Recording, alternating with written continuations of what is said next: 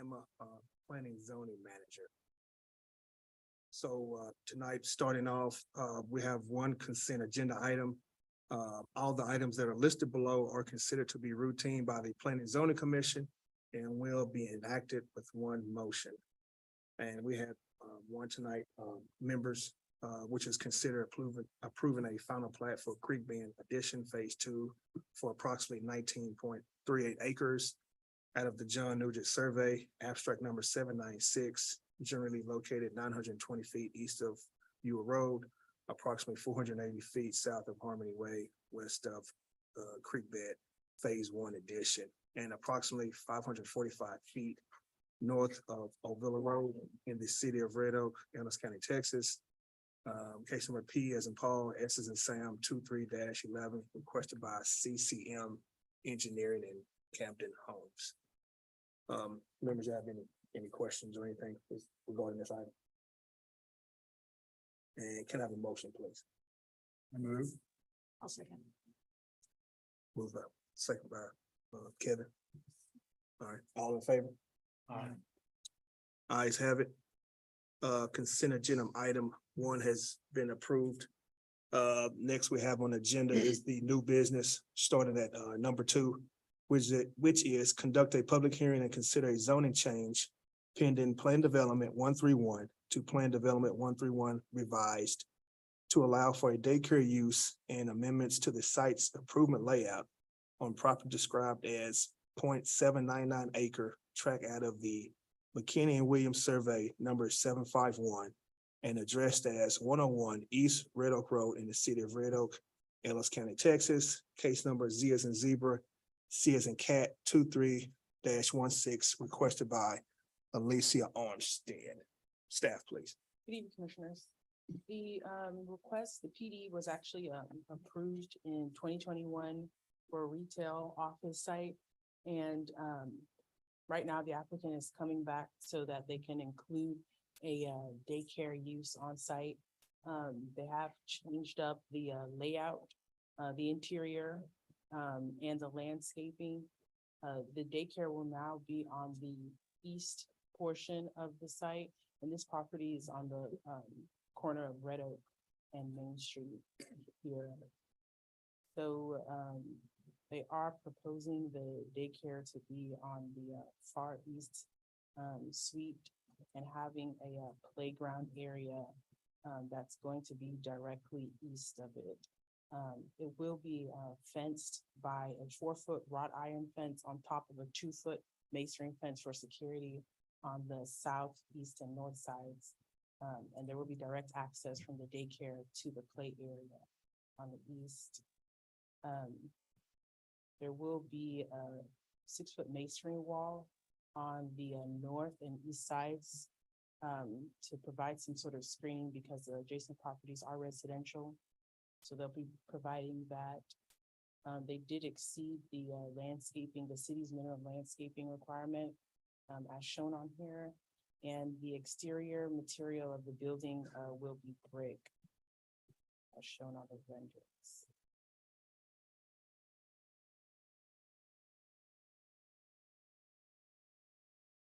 The proposed use is in compliance with the future land use plan, and applicant is available for any questions. Also, this is a site here. Can you zoom out a little bit?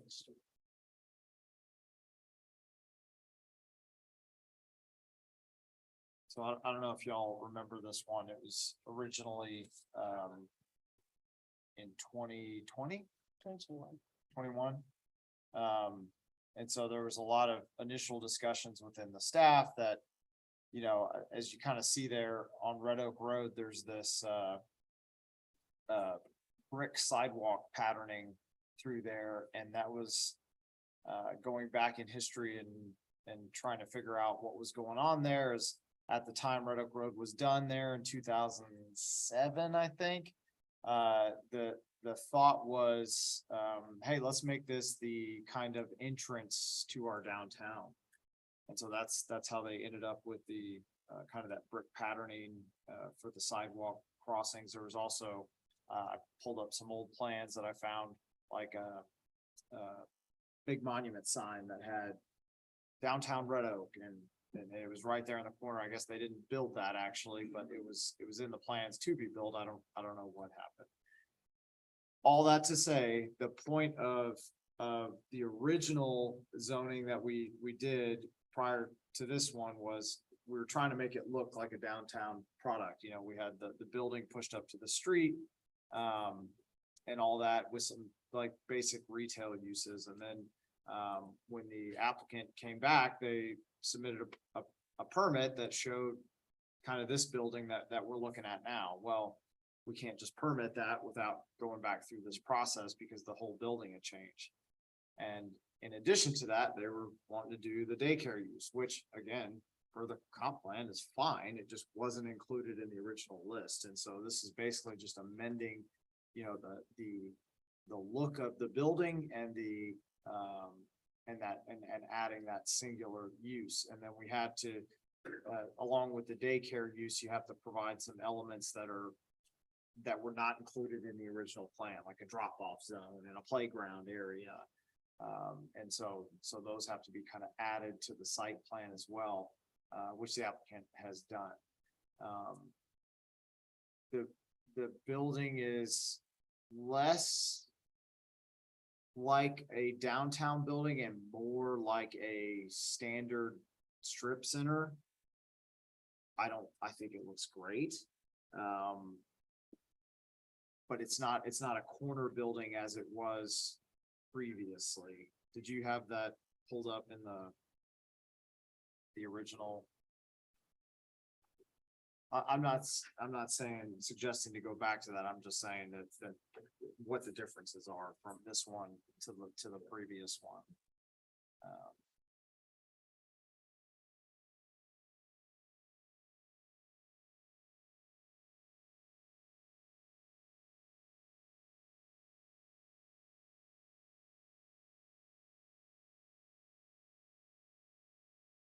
You don't have the old one.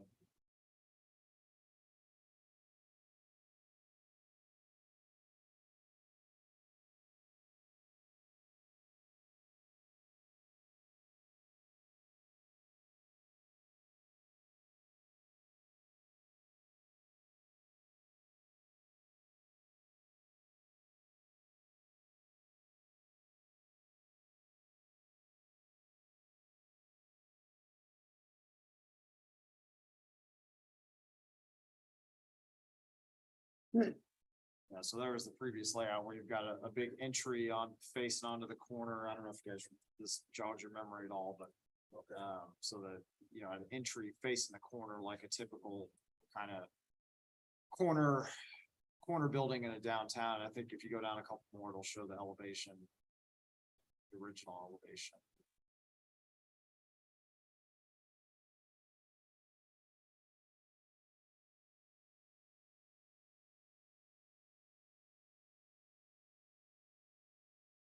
Yeah, so there's more of that downtown style.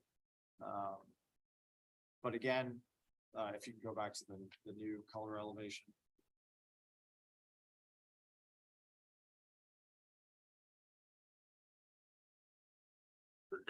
Still a nice building, still all masonry. It's got awnings, brick detailing, so changes in plane, changes in height, the whole nine. So it's still a great building. So I just wanted to show the differences between the two. Okay. All right. Anything else, staff? Okay. Thank you for that. This is a public hearing. So those in favor of this item, you can go first to the podium. Please state your full name and your address, please.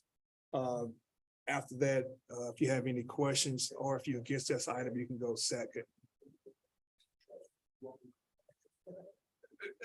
So those who are in favor of this item, y'all can go first, whoever that is.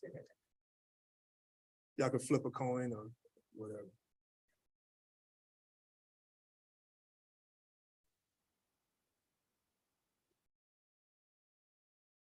Yes, sir. My name is Mike Lowry, 115 Dunn Street, Red Oak, Texas. I had a stroke 13 months ago, so give me just a little bit here. Yes. I'm wondering about how we're doing, where we're doing the new, working on the new houses that are gonna be put there on Pierce. How are they going to put the barrier in between that, between Dunn Street and where they're going to be now? That's a different item. That's different. Yes. We're- it's a okay. Different item, sorry, so you'll want to talk on item, Oh, that's a different item? it'll be the next one we're talking about. Okay, then I'll wait. That's right. Okay. I'm sorry, sir. Yeah, Yeah, I Okay. thought it was open. So, okay. we're on number two, actually. Oh, Hold your application. I got you. So we're gonna- I'll tell you. Okay. So anyone in favor of item two? Anyone against this item or maybe have any questions for item two? If not, can I have a motion to close the public hearing? So move. Second. All right, public hearing has been closed. Commissioners, I have any questions So or concerns? I remember the first time this came around. Actually on the council, we had some discussion about the parking, that we had enough parking for the type of use that was going in there. And with these additions, has the parking changed? Did we lose spots? I don't remember all the technicals, but it was more, last time it was more about, we were discussing a lot of, hey, let's get a little sandwich shop or a restaurant or something in there, which is way more parking. Daycare is way less, but Yeah, so the parking is the same and there is sufficient parking on site. And anytime a new certificate of occupancy would be applied for, we would actually verify if there is enough parking on site for the use. So there will be enough parking if the other tenants are occupied, right? Correct. yeah, it's depending on the use. The So if use, We so- get an application for a CO Right. and say you had a restaurant in there, well, that's one per 75, one space per 75 square feet. So we'd go and say, okay, now these spaces, 12 of them are dedicated to this restaurant space. And then if another restaurant would want to come in, we'd have to say, sorry, there's not enough parking. But then the applicant would then go look for an office type use, because that only requires one per 200 or something like that. Okay. And so that way, that, that same amount of space only needs 5 spaces or whatever. That same amount of square footage would only need 5 parking spaces. Makes sense. So I guess you can't put 3 restaurants in there. There's not enough parking for that.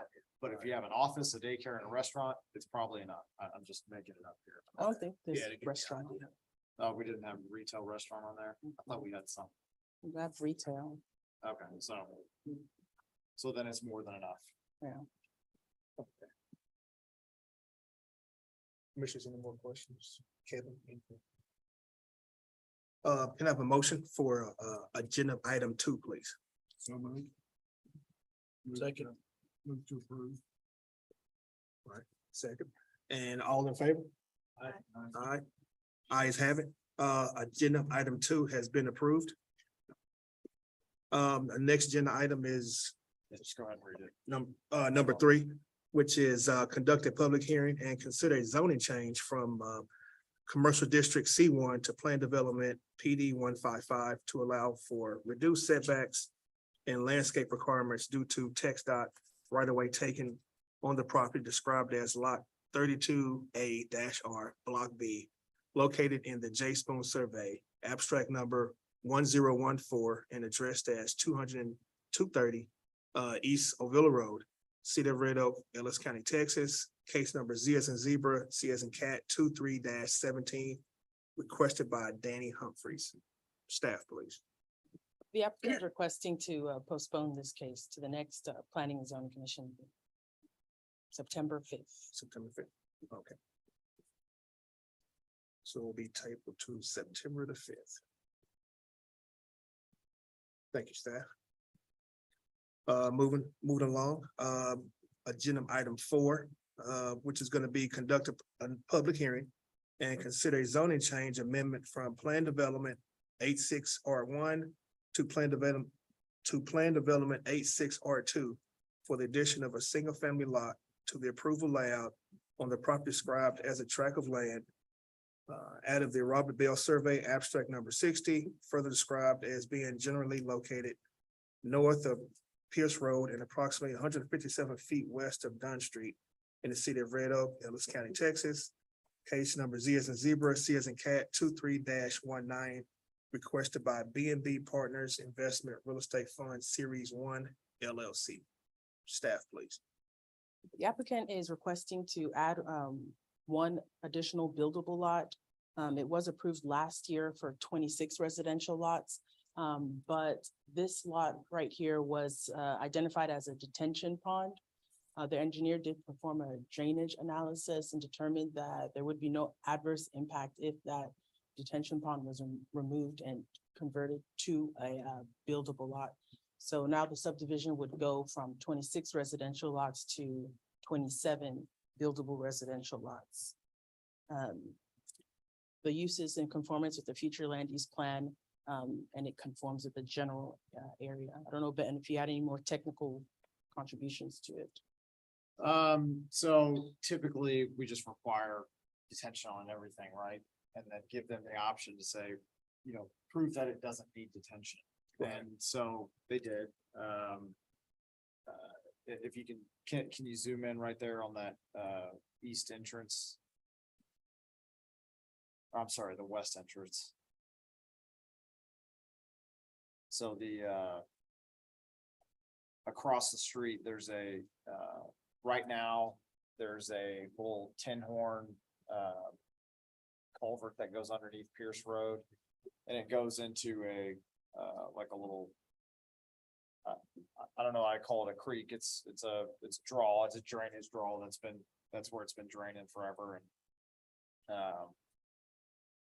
when they subdivided the lots across the street on the south side of Pierce, I'd asked them to provide an analysis of the creek to see how wide a drainage easement we need to be, thinking it'd be, something like that probably needs to be 30 feet wide.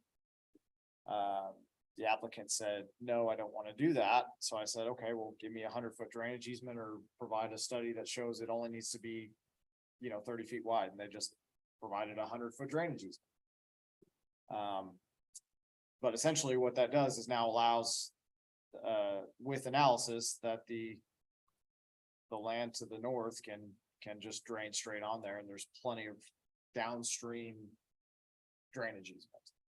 Cause there's drainage easement through there, and then it goes on to the school where it's also got drainage easement and doesn't get outside of the easement, and it doesn't overflow the pipes that are existing. So in this case, they don't need detention. Okay. And then all of the architectural standards, all of the original stuff is in place. The only thing they're asking to do is to add a lot, and that's from a technical perspective in the zoning. We can't, from a staff level, we can't say, yeah, that's fine. Because in our zoning ordinance, it says there any increase in density has to go back through planning and zoning and council. So that's why it's here. That's why it's for you guys. Yeah. Okay. Thank you, Ben. This is a public hearing. Those that are in favor of this item, you can step to the podium and state your name and your address, please. And those that maybe have any questions, you can go second. So those in favor of this item, please go. Yeah, I'm Mike Lowry, 115 Dunn Street, Red Oak, Texas. Figured I'm having a bad day. This is my brother-in-law, and he's gonna help you explain what I'm worried about here. Not a lot, everything looks good. Okay. His property, when you look out from his backyard, slopes down into that lot. It looks like everything from that property is sloping back into his lot. What is gonna be done for drainage along the backside of the Dunn Street property? Can you state your name, sir, and your address? Eric Waltz, WALTZ. Okay, and your address. 27 East Ridge Circle, Red Oak. Thank you. So their engineer is working on the grading and drainage and all the plans for the subdivision right now. we do let people start grading early if they want to, kind of at their own risk. So once we get, we'll review the grading plans. I do all that review as the city engineer, and make sure it's draining the appropriate ways. Now, I'll give you a card when we're done here, and if you guys see anything, that maybe they're missing on their plans or whatever, we can get together and work it out, but, they are required to do full civil drawings that include grading, drainage, paving, water, sewer, all that stuff. And that all comes through my office. I would if you get that, yes. Yeah. please. Is it gonna be alley, people going into alleys on that? No. Okay, so it's all gonna be street access. Correct. Are they gonna put up any kind of barrier? They'll have backyard fences, because the backs of the homes are gonna be the back, so Dunn Street, all the lots face back, and this subdivision, all the lots so they'll butt up in the back to each other. Okay. What kind of timeline is all this going? It's the developer's timeline, not our timeline. Any So, chance that we can get a copy of that? Sure. plat? Who would we get that from? me, He said he'd give us the, yeah, yeah, I'll give you my card. It's got my email. I can just email you all this stuff. Okay, yes, sir. Thank you. thank you for your time. Yep.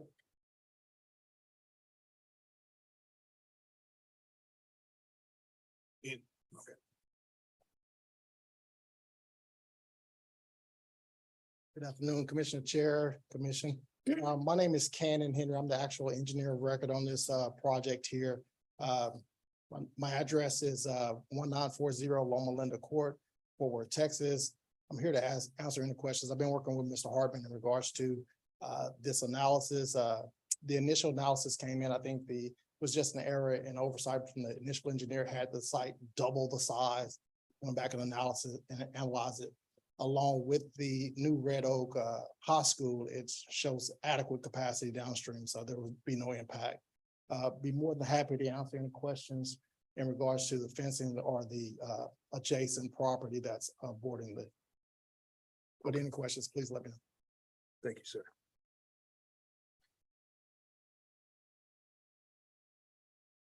Anyone else?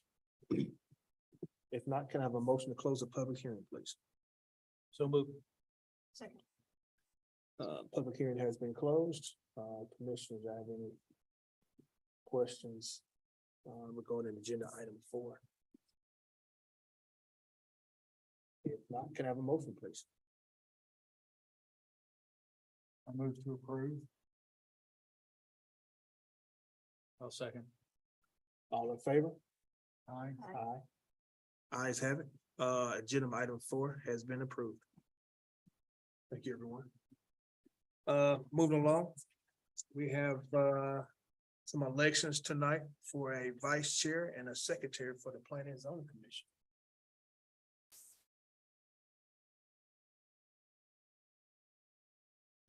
Y'all think, members?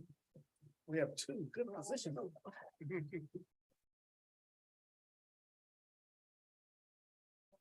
Emma, do we have like a list of like the duties of the vice chair? So the vice chair basically would step in for the chair when they're not available and lead the meeting. The secretary, it's just the top. Yeah. I mean, they don't really Yeah, I'm do- trying to make sure. Yeah, the secretary doesn't really, we do the minutes and all of that. Staff takes care of all. And then we just approve the minutes Yes, yeah, yeah, as a group. yes, So yes, it's an honorary title. yes. Yeah. Exactly. Any volunteers for the vice chair or secretary? Anyone? Sure. I'd like to suggest Michael Brawley for the vice chair. I think that- All right, I can agree with that. So I guess we can vote. All in favor of Michael Braley being the vice chair? Aye. Aye. Ayes have it. Michael, you are now the vice chair of the Planning and Zoning Commission. Thank you, sir. Second one is secretary. I'll do that. Thank you. I volunteer. All right, All right, Kevin has volunteered. All in favor for Kevin being the secretary of Planning and Zoning Commission? Aye. Aye. Ayes have it, Kevin. You are now the Planning and Zoning Commission Secretary. Thank you, sir. More than once. So moving along, we got discussed chapters 4 through 6 of Strong Town. A bottom-up revolution to rebuild American prosperity. Listen, who's vice? We got Mike. All right. We got it. He volunteered. Okay. We got Kevin, he volunteered. So Okay. pretty easy. Have to pull in, orange tonight.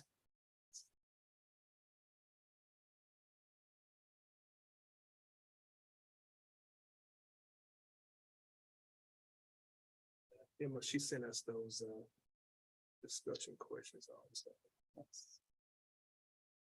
Are you gonna read the agenda? Huh? Are you gonna read the agenda? Oh, yeah, just read it, discuss. Oh, I'm sorry. Discuss number 6. I'm sorry.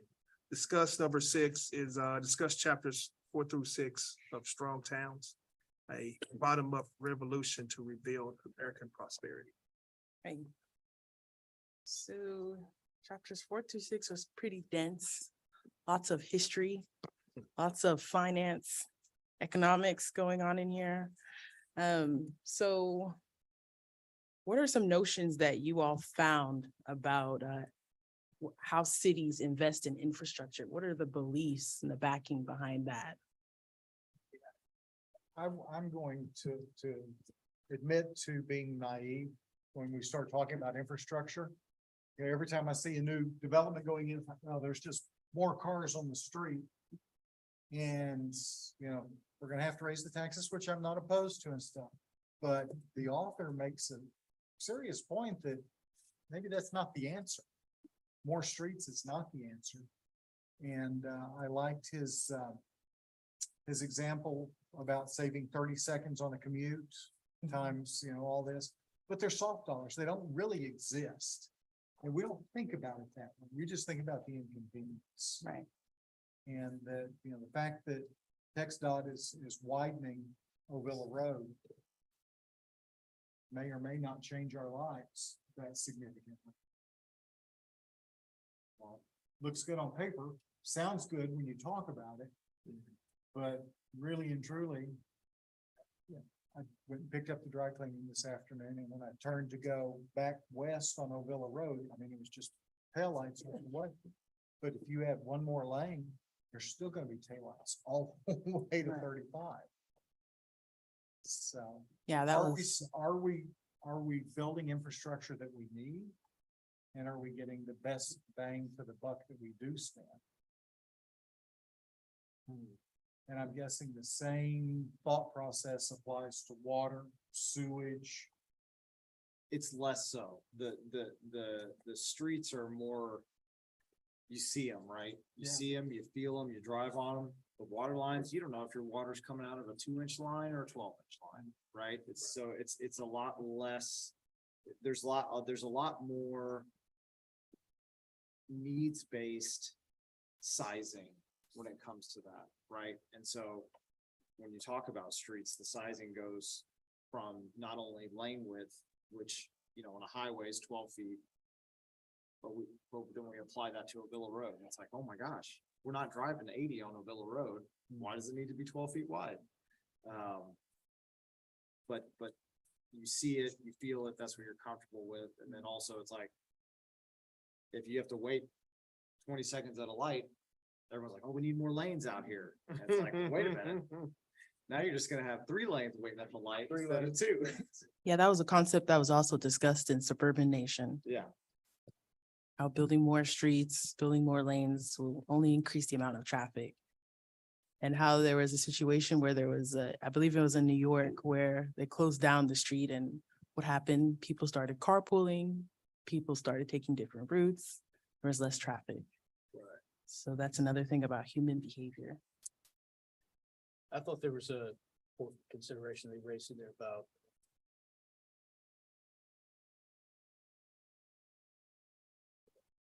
directional linear with this.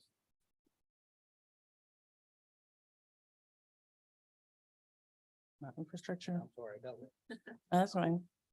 I I thought Good. the point they made about, the assets. cost to construct it, and of course, the cost to maintain it is nowhere near the benefit of it. You don't create wealth to offset any of that. Right. I guess one I was gonna make this.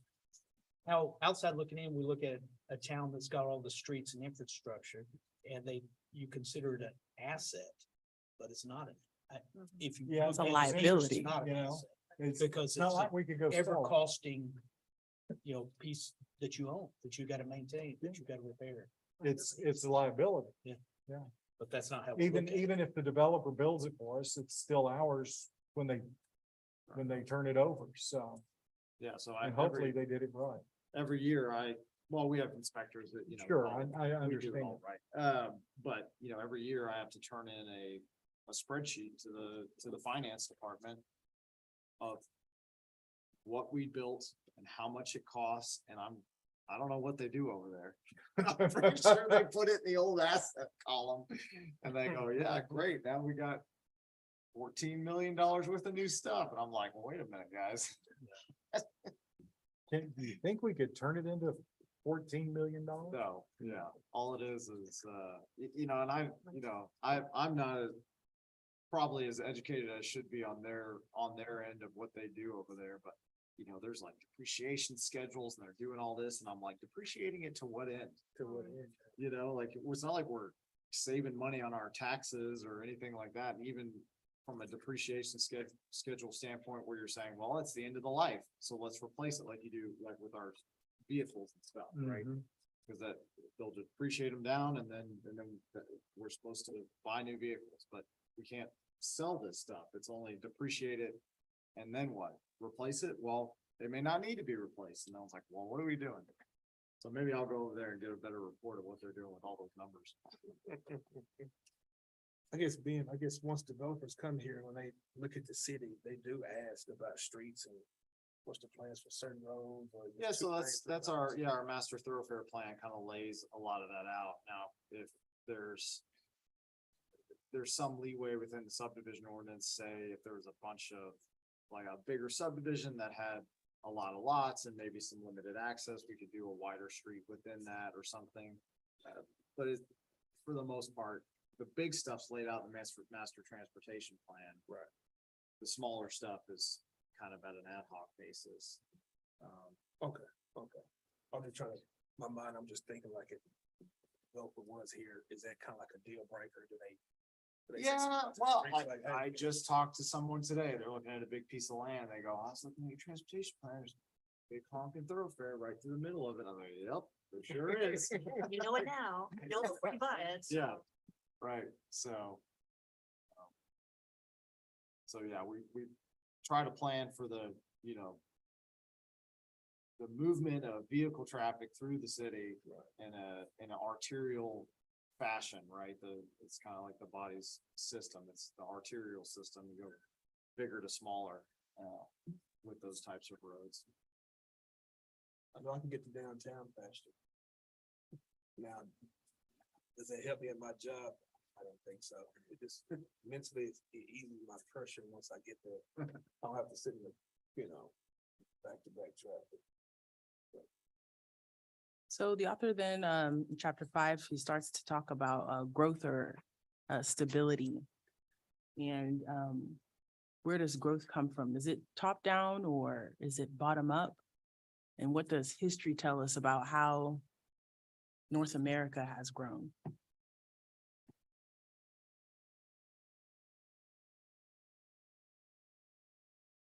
Talked a bit about peasants who have fields in different areas and people say, oh, we need to make this more efficient, put them all in one area, but then they lose everything at once if things don't go well. I thought that was just fascinating. That we don't operate our cities, our municipalities in that way. When development comes to, especially, my impression in Texas is we got land, it's pretty cheap, but it's spread out. And, that's why we end up with what we've got. Now, people living 30 miles from the office and having to rely on, major arteries like 35 to get to downtown. Right. You know, I've always been somewhat lucky that I had alternate paths. You know, I could go 35, I could go 12, now we've added George Bush, you can always get to the north side somewhere. It's just been from that. It's a little off the subject, but it applies to the last book and a little bit to what we're talking about now. Just reading an article about a city in Spain that has eliminated cars. Now, granted, the architecture and the way things are laid out there, it's more centralized. It's conducive to that already. It's conducive to it already. But, it was amazing that how the impact. Yeah. of eliminating cars. Yeah. No, we can't do it in Red Oak. Did they say what the But- impact was? Did they say what the impact was? lower noise, lower pollution, a overall reduction in stress, just, people felt less stress because, they weren't worried about getting run over or where to park their car or getting caught in traffic. They take the train or they walk somewhere. And, again, it's Europe, so it's an older city, everything's close together and grew up that way. And it's like what we talked about in the other, but it kind of, that central core, I think, and it applies to what we're talking about here. I think that, we've got a downtown area, but do we really have a downtown? Our downtown is over the road. Right. Right. And that, I don't wanna walk down a real road. I No. don't know about you. No, I don't want to, I sure don't want to have to cross it. Right. And- Yeah. And now we're adding 2 lanes to it. I don't want it even worse now. Oh, yeah. Anytime I have to go that way, I plan it out, make right turns and get across and do everything on the other Right. side coming back home. Yeah. It's just. If I had to go to the market and it was down the street and around the corner, I was just gonna walk there. What's the stress in that? So then he talks about the suburban experiment and he calls it the North America's largest experiment in history. And that's primarily because of the way that the US and Canada in general were developed initially. And it was developed around pedestrian activity, around walking. But then we've kind of created this autocentric type of development and which deviates from what our ancestors did. So what do y'all think about that? Yeah, I think it was this one, well, maybe it's an earlier chapter, they talked about how that just in the past, very short amount of time compared to all of human, city evolution, that we just suddenly change how we do everything. It's not really working, instead of letting it evolve naturally, we just changed it. Right. It's stuck with the problems. Yes. Soon as we went mobile, the world changed. And another thing is, there's some other cities in Europe that it's still autocentric, but they've still created a balance between pedestrian activity and, using automobiles. Here in North America, it's very much dominated. The development's geared towards driving. I had lunch with my best friend. He just retired, lives in Houston. They've got to have 2 cars. They're thinking about buying a third just so I have a backup. But he's thinking about moving to Johannesburg, South Africa. He's been visiting there for the last few years, a month at a time. He says they're thinking about building a house and not even having a car. Because everything they need is within walking distance. And if they don't, they can Uber. Yeah, I think it seems great. We had a young guy on my job. He started kind of after I got there, and he was from the East Coast, so he didn't have a car either. I thought that was the weirdest thing ever. I said, man, you don't have a car? He said, no, man. So he just walks, right? So he bought a condo down the street from the job, and he walked and he Ubered, and he was beat me to work every day. So I'm like, man, how Getting you? up later than you. Man, It's all chill and laid back. Yeah, so I thought that was so funny, but he was used to that environment. And it wasn't a big deal to him not have a car, so it works for him. So part of the suburban experiment was cities post-war, World War II, local governments started investing in a lot of infrastructure, a lot of roads, utilities. And then what ended up happening is that they weren't able to maintain that. So a lot of people, the affluent communities, left those areas, they became blighted, and more of the poor or minority communities were left in those areas. So there became sort of this drain from the urban core, and then we started to see a lot of development in ex-urban and suburban areas. What were your opinions on that and how that happened? Because now there's actually a going back to the urban core with gentrification. People are living closer to where they work.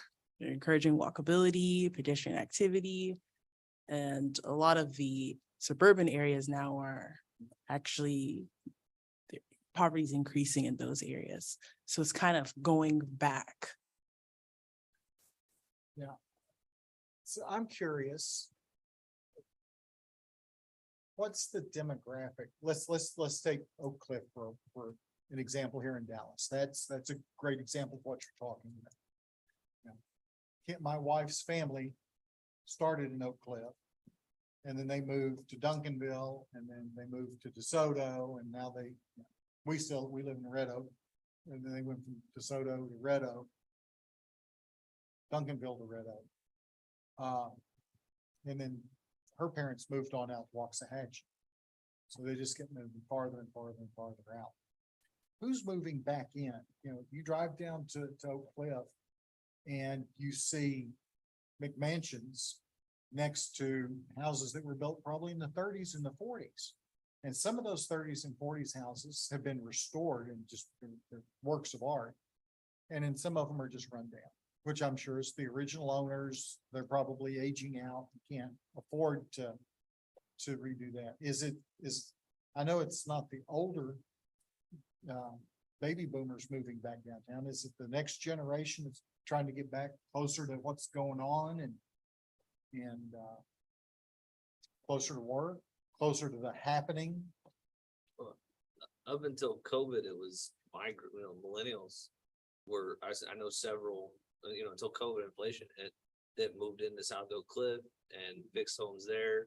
The area of Dallas, Buckner has really gentrified really well. Just north of 30 there, the elementary schools are flipping back to good schools now and all that kind of thing. And those houses are getting redone. I've worked on a few, but it was us. But now the COVID and inflation and interest rates, I think it's slowing down a little bit. So my friends, I guess, they had school age children, so that's when they moved to the suburbs.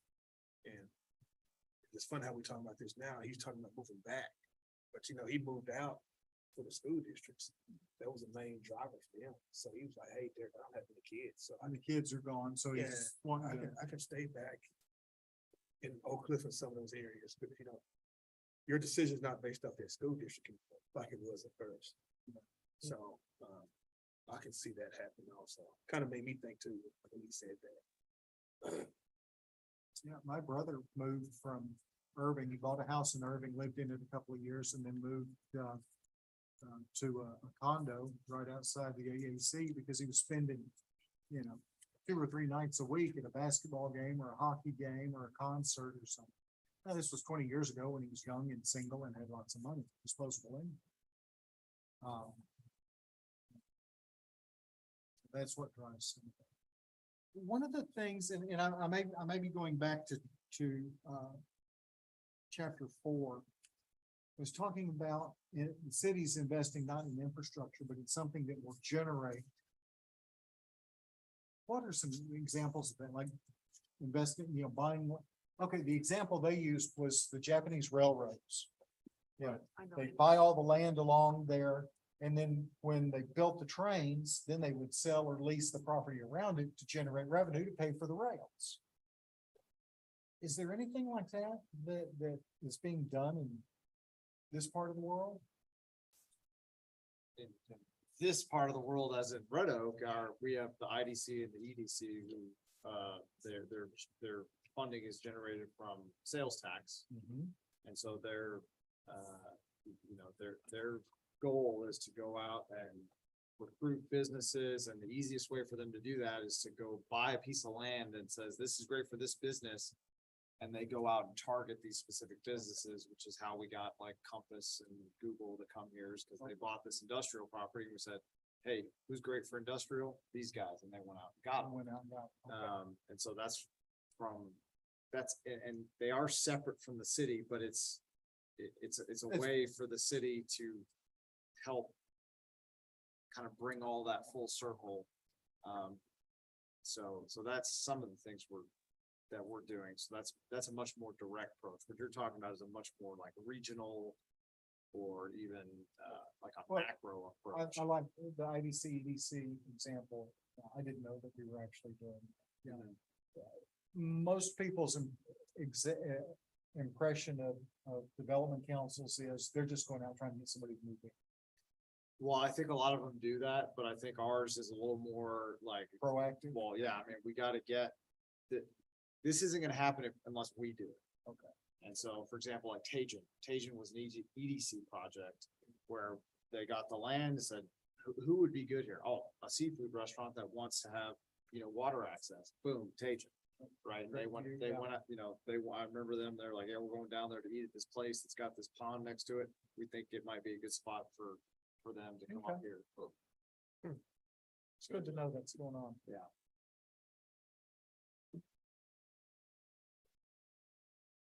So as the author kind of rounds off on chapter 5, at the beginning, he started off as a kind of like a proposition as to state how are cities or how are nations built?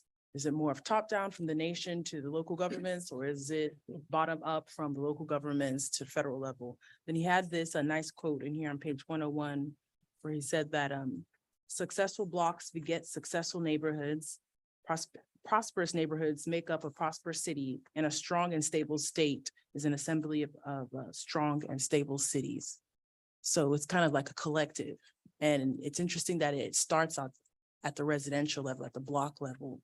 So all of those efforts to make the residential or even a commercial subdivision the best that it could be, all of those build up to create a strong neighborhood, a strong city. It creates investment in the locals, and the civilians. Almost when the state limits the city's ability to, I'm sorry. when the state, like in Texas, limits the city's ability to do those things. Yeah, yeah, and he also talked, that was another thing that he kind of talked about, was there's an issue with central government kind of putting more power in that, and that actually should be a little bit more diversified and more power given to local government. And he also talked about how there's local governments cannot afford to rack up the amount of debt that the federal government can have and still become solvent. It's interesting to find out. This is my first time finding out that most local governments are insolvent. So we need to do more studies on finance as well. Any thoughts about that? How the local government functions and finance? I mean, I think it's obviously it's being built from bottom down, city level.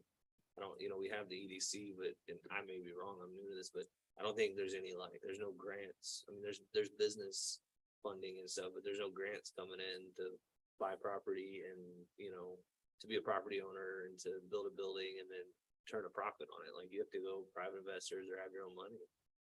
So. Do we have does economic development provide any sort of? No, now they do.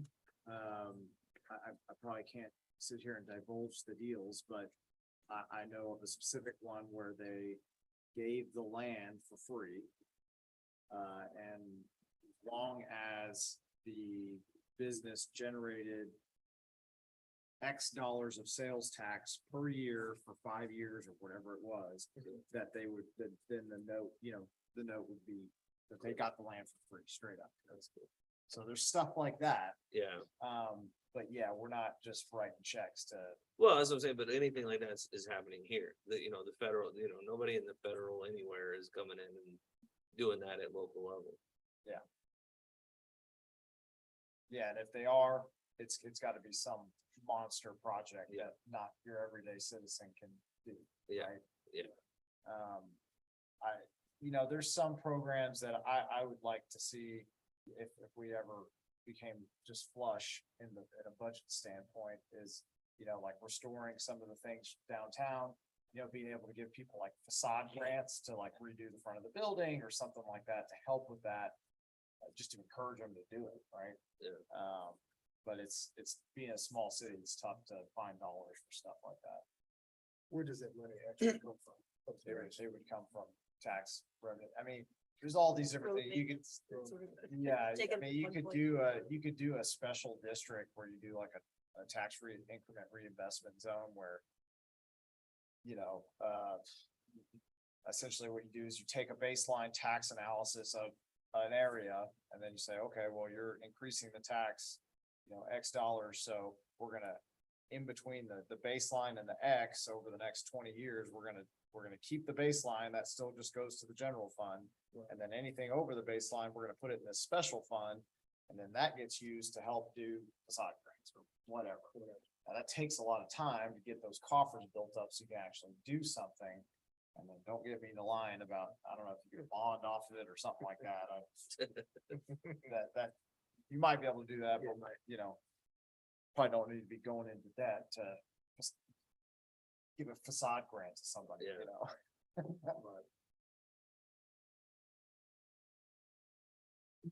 So we kind of actually already went into chapter 6 in our discussion, but I thought it was interesting that he gave the example about paramedics and how they're trained with the triage. Oh, yeah. And there are 3 groups of people they have to kind of separate, excuse me, and the second one, well, it's the final one, but I actually consider it more of like the second one between people that are okay and people that are kind of close to going away, is that there's that group where they are actually not worth, but there's some possibility of saving that group. So local governments should, he used as kind of like a parallelism as to local governments should invest in those groups where it's worth saving. And that's kind of actually what we were discussing right now with EDC and how local government can invest in its businesses and development. By being careful of where it invests. Yes, yeah, where you invest and not just where you think like the infrastructure code. But if you're gonna take that approach, then you also have to be able to say that we can't save everybody, and these over here, we can't save, Yes, and be strong enough and a leader No, and correct. to do that. Yeah, Yeah, and that's the political side. yes. And there's a lot of Yeah. political collateral with that. That was a better, Michael. Yeah. Yeah. I guess you try to get to that balance against what some of this. Well, you gotta be able to sit up there and go, this is for the greater good, and that's hard to do sometimes. Yeah, he calls it obviously necessary and ultimately compassionate. It's for the greater good. Hey, my thought was Arlington and Jerry Jones recovered from it. They're all right. They took out a whole neighborhood. Yeah, they did. They was talking about that every night. People were saying they weren't going to the games and all this stuff. Look at Yeah. that. I remember that guy. Every time the doors are open. It was a guy Yeah. complaining about, he wasn't gonna pay $20 a park. Man, you can't find a parking spot. Yeah. It's just- And I pay for it when I go and I don't even think about it. But it was an uproar. Yeah. Any additions, comments? Chapters? At the very end, he talks about how cities were more adaptable than they are now. Now, if something goes wrong, the whole area falls apart. Rather than being able to change and come back in a new way. And he said that in the following chapters, he has some recommendations. I really like the way this guy writes. The other, the first book was very academic. This one's more down in where the rubber meets the road, as my dad used to say. That's, I thought the opposite. Yeah, that's Oh, exactly really? what I thought. too. Oh, no, see, I don't. Yeah, this guy's thought processes and everything are more real world to me. They make more sense. Mhm. You know, his viewpoints and. Well, yeah, it's $1 trillion in savings, but if you can't take it to the bank, what's it worth? Right. Whereas the others was good, it was interesting, but to me, it was more academic, you know, more esoteric, maybe, you know?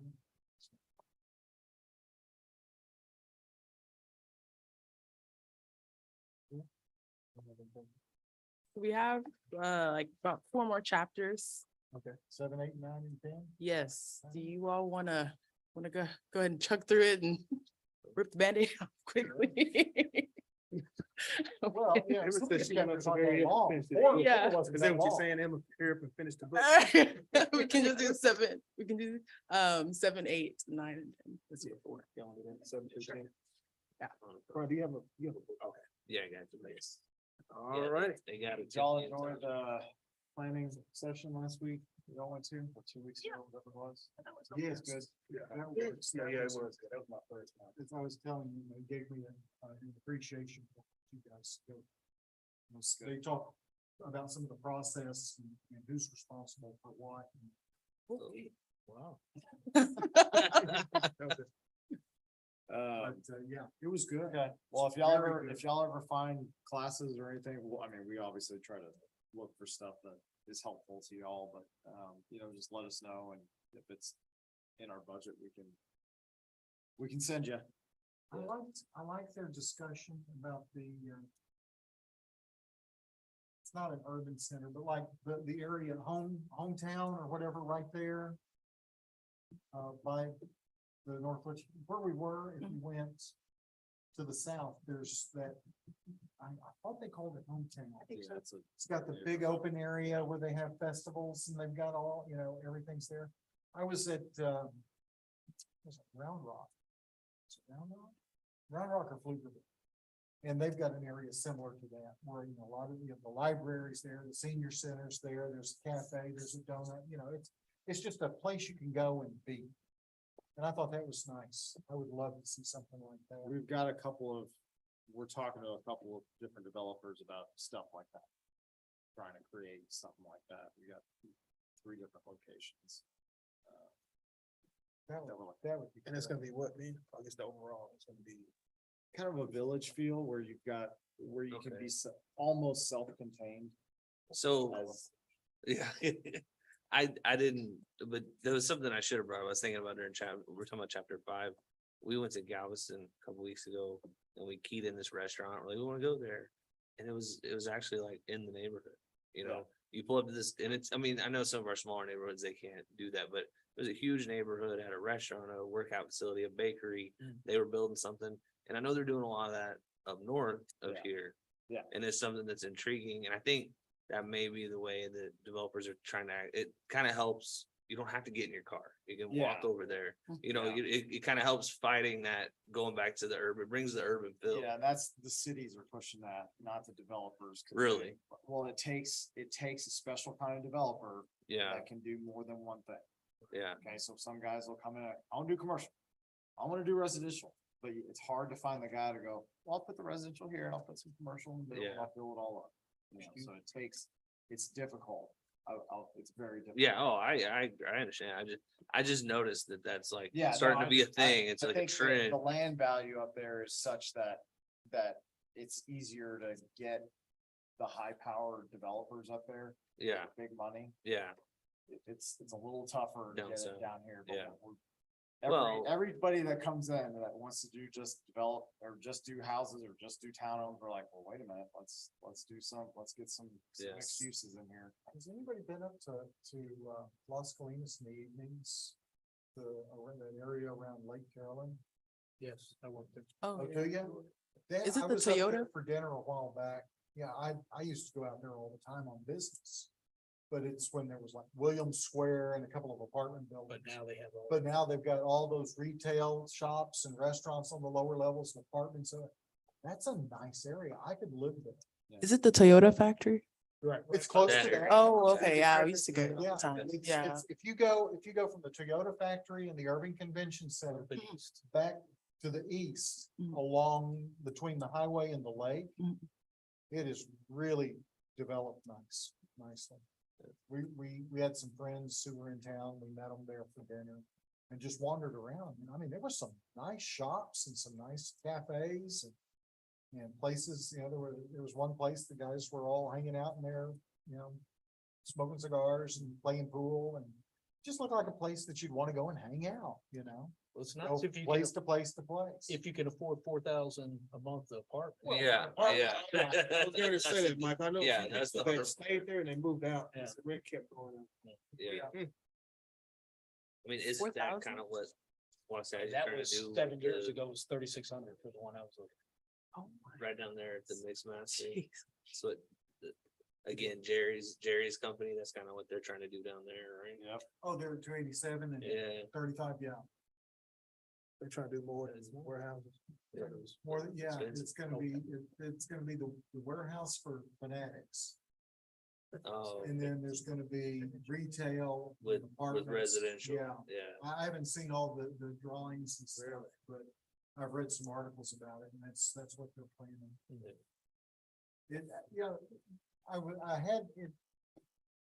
I was reading about, the living and the retail and all that, and then there's a warehouse. I don't That's quite know how that fits into that space, but pretty much everything Jerry touches turns to gold, so. Yeah, it's crazy. I'm figuring he's gonna do okay. All right. Can I have a motion to adjourn, please? Second. All in favor? Bye. All right, we adjourn.